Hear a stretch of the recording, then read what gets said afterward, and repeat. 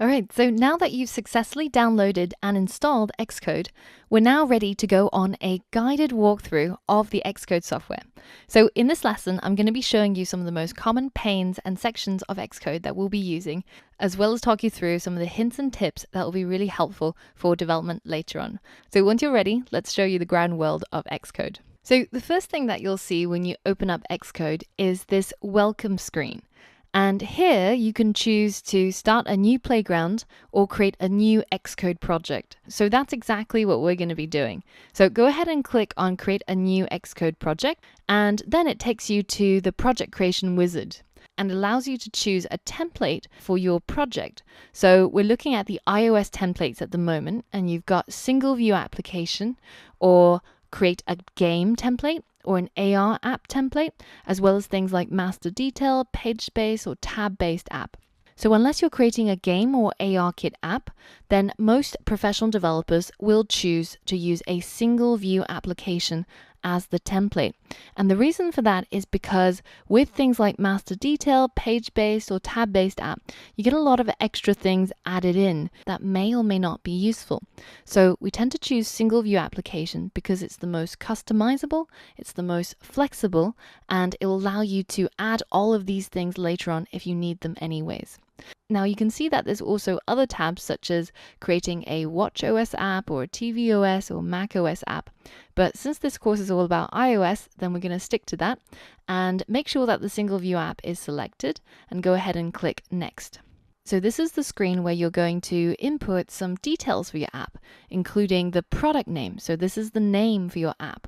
And in our case, we're simply going to call our first app Hello World, in accordance with traditional programming tutorials. We're going to create our first Hello World app. Now the team section, we're going to leave blank, so leave it as none. Later on, when I show you how to download your app onto your physical device, we're going to be digging into this and we're going to be setting it up. But for now, we're just going to leave it as none.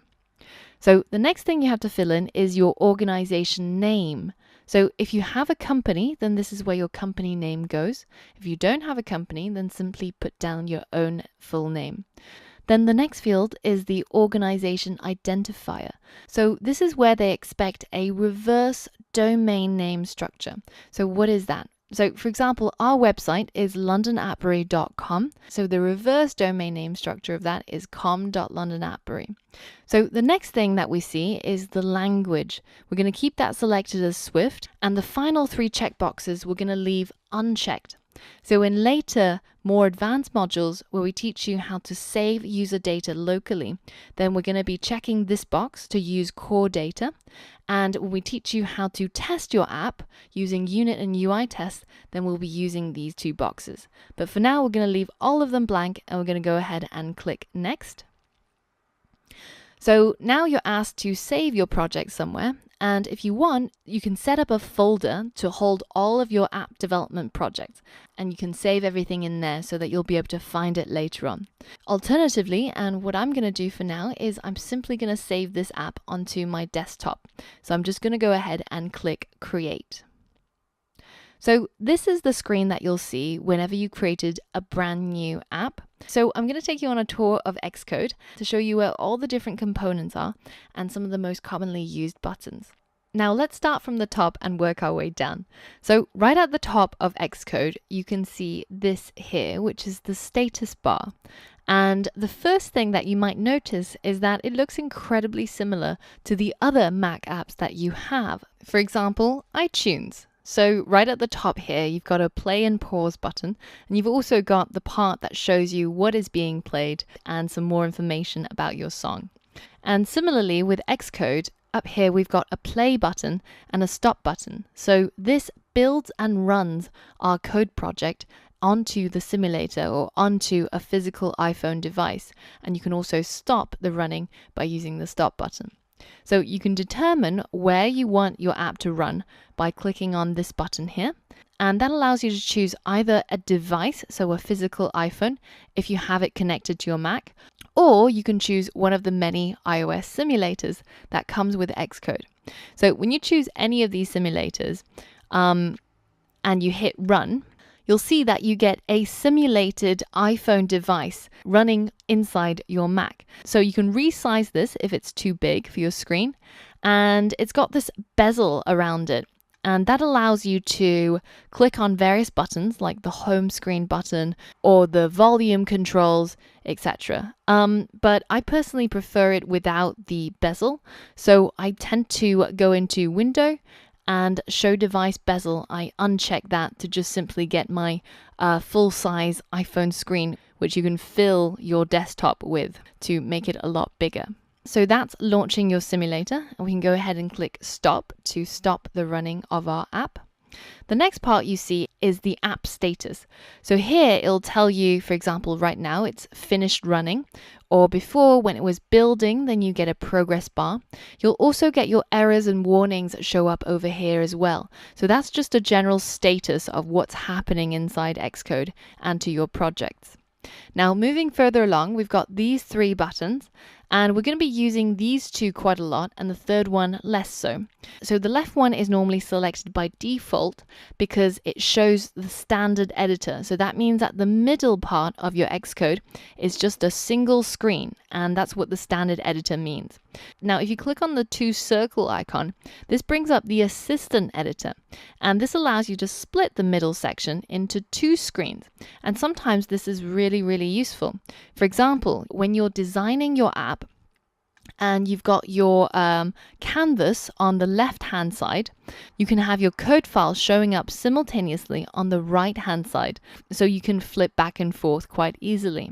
And we're going to be using this quite a lot when we're designing our apps. Now, the third button is for the version editor, and this allows you to see previous versions of your code. So, for example, if you made some big changes, but then everything broke, then you can revert back to your previous versions and you can inspect them here and compare and contrast, and you can either copy things over or simply roll back to a previous version. We're not going to be using that one too much, so let's go back to the standard editor that we're going to be really familiar with. Now, on the right hand side, there's three more buttons, and they are for popping out your three main panes. So the pane on the left is called the navigator pane, and it's composed of a number of tabs. For the majority of the time, you will be working within this project navigator tab here, and this shows you all of the files that together make up your app. So that's the project navigator. Now, we're not going to be using all of these tabs, so I'm just going to draw your attention to some of the more important ones. For example, this find navigator, which is basically like a search bar, and allows you to search within your entire project, or you can narrow down to folders or specific files. And so that means you can find things really easily using this pane. The next one I'll show you is this error pane, and this is the place where your errors will show up if you make them, and it helps you to debug and figure out what's wrong with your code. So let's say, for example, I just write some gobbledygook somewhere. You'll notice that very quickly Xcode will pick up on the fact that this is not real code, and it will highlight the fact that I've made a mistake. And if you have a look, you can see that the error shows up in a number of places, here, here, and here. So pretty much all over the place to try and draw your attention to the fact that there's a problem here. Now, if you click on this icon, this error icon in the status bar here, it'll take you automatically to the error pane, and it'll show you what the error is and which file it spotted it in.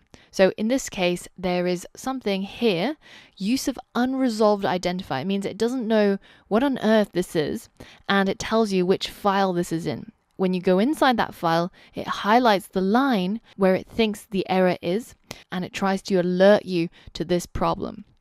So let's go ahead and delete that. Now, the other thing that you might see in here that are not errors are warnings.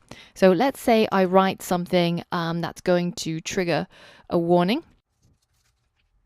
So when you get warnings in Xcode, they show up in yellow, and they have this little yellow triangle here. And the yellow warnings are basically things that Xcode thinks that you might have gotten wrong. Now, it doesn't prevent you from running your app. So whereas if you have an error, it won't let you run your app at all. It will actually just prevent you from trying to make a blunder, and it'll tell you build failed because of this error. But with warnings, you will be able to run your app, and it's more like, Xcode trying to be helpful, trying to tell you, hey, I think there's something funny going on here. You might want to have a look into it. And of course, you being, the more intelligent human, well, at least until the rise of the machines and they annihilate all of us humans, for now, we're still the more intelligent beings. So there are times where I'll tell you to ignore a warning. So for example, right now, the warning is telling me that I've never used this bit of code inside my file. So that's obviously because I haven't finished typing, and this is one of the cases when you can safely ignore a warning.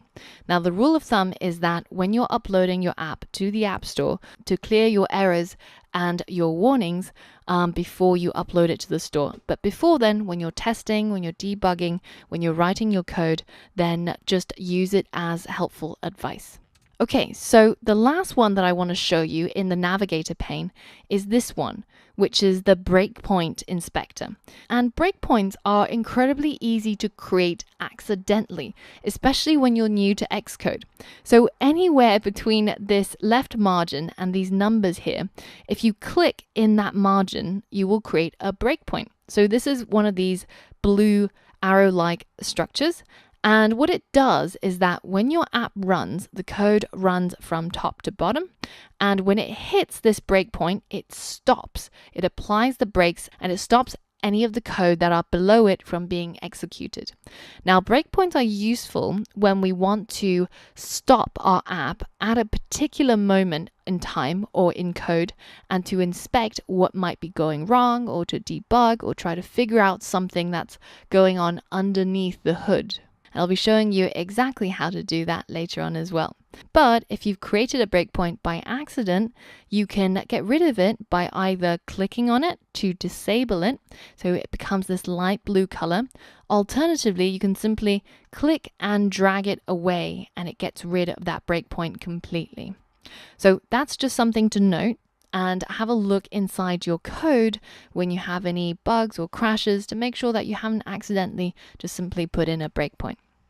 All right, so that's the left pane. The next button controls the bottom pane, which is also called the debug area. And this is the part where you're going to get error messages when your app crashes. And when your app does crash and you can't figure out after trying for a while why on earth it happened, then it makes sense to copy what it says in here and post it into the question and answers forum so that myself or other students will be able to help you. And other times we'll be printing things into here to figure out what's going on in our app. So it's mostly used for debugging, so figuring out what's going on in our app. So let's move that away. Very often when you're coding, and especially if you're working on a 13-inch laptop, there's not a whole lot of space. So you might want to get rid of some of these panes if you're just going to be coding for a while. And it's always good practice to try and maximize your code file so that your code doesn't wrap. Then what happens is that your code is displayed on two lines because of the space constraint, but actually they belong on the same line. So it's a good idea to try and give yourself as much space as you can when you're coding, and that makes everything so much easier when you can see exactly what's going on. Now, the last pane that I'm going to show you is this one on the right. And when you're working inside the code file, you won't find yourself using this right pane very much. So it makes sense to pop it out. But when you're designing your app, you're going to find this right-sided pane, or what's known as the utilities pane. It's going to be really, really useful. So let's go ahead and create our Hello World app. Now, the first thing I'm going to do is I'm going to go inside the main.storyboard. So this is the place where it holds our canvas. And this is where we can design our app to make it look nice. So we can go into what's called the object library down here. So again, there's 4 tabs here, but 99% of the time you'll find yourself using only this one, which is the object library, and it's selected by default. Now I'm going to go to the bottom here and search for a label to put into my app. Now labels are used for displaying various bits of text, and in this case I'm just going to display the words hello world. So in order to change the text in that label, I can either double click on it to retype it. Alternatively, I can use the utilities pane. So if you select the label and then go into the attributes inspector, which is this little shield symbol here, then you can see that you can also change the text here. Now, once I hit enter, you'll see that my text is now truncated. And the reason is because in order for my text to be 17 points and also this long, it's actually too big to fit inside this small label. So you're going to have to toggle it out using the side toggles. Now, let's go ahead and center our hello world. So let's go ahead and change the background. So in order to do that, I'm going to select the view, and in the attributes inspector again, I can change any of its properties, including things like how see-through this background view is, or what is the color I want for the background. So in this case, I'm going to click on the color and I'm going to select one of these colored crayons to give my view a background color. Now, wouldn't it be nice if our label was a little bit bigger? Well, let's go ahead and change the font here. We can make it maybe a 50-point font. So you can see again, my text has gone over the limit. So I want to resize this label. Now, I showed you earlier on how you can do it by eye by simply toggling these edges, but you can also go into the size inspector here, which has the little ruler symbol. And here you can enter a very precise position and width and height for your object. So in this case, it's the label that's selected. So if I change that width to maybe 300, then you can see that it fits my label perfectly. So if you have a designer on board and they can specify the positions and sizes of their design, then you can enter them in here and you'll get a very precise location and size. So this brings us on to another good point, which is the fact that this canvas, its dimensions are actually an iPhone 7 sized screen. So that's a 4.7 inch screen.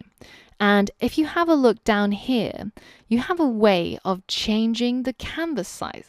By default, the canvas is an iPhone 7.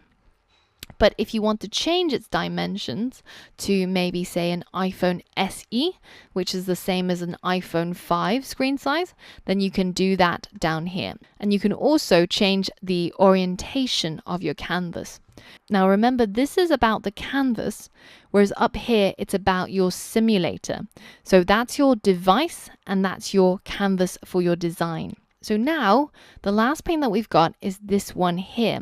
And some of you may or may not see it. The toggle for it is a little bit hidden because it's this tiny little button down here. But if you press it, then you can toggle this pane here, which is called the document outline. And the reason why it's really useful is because, say if I have two of these labels which are really close to each other and I want to select one of them, then I can actually see both of these labels inside the document outline, and I can also click on it to rename it. So let's call this label 1 and let's call this one label 2. Now I can double click to select label 1 and move it up, or double click label 2 to move it down, or I can select label 1 and only change its color to white. So that's basically an easier way of selecting what's on screen when they are geometrically overlapping. So one last trick to show you before we wrap up is that you can increase and decrease the size of the canvas by using this toggle here, plus and minus. Alternatively, and what I find to be a lot easier, is to use the trackpad. So if you pinch in, then it zooms out. If you pinch out, then it zooms in. And if you use 2 fingers on your trackpad, then you can pan and move your canvas around where you want it to be. All right, so now that we've created our Hello World app, we're going to go ahead and run it on our simulator. So simply clicking play you can see that the progress is going, and it's signing our project, building our project, launching our project, and putting it onto the simulator. So that was our first Hello World app completed. If you followed along, then perfect. If you haven't, then don't worry. It's mostly just to show you what the Xcode interface looks like. In the next module, we're going to be creating our very first tutorial app, and you'll want to follow along with me because we're going to show you how to make a really awesome I Am Rich app that sold for $999 on the App Store. And I'm also going to show you how to sideload, or rather download, your app onto your physical iPhone. So all of that is yet to come. And just before you go over to the next lesson, the last thing I wanted to show you is that I've created a map of Xcode for you so that you'll be able to refer to it if any of those names sounded confusing. Like, where is the status bar? Where is the navigator pane? Where is the file inspector? Where do you run your app, or where do you change your panes? And especially in the beginning, it might be quite helpful for you to download that. So I'll include a link to that in this lesson as well. So that's all from me for this lesson. I will see you on the next lesson, where we are going to create our very first I Am Rich app. So see you there.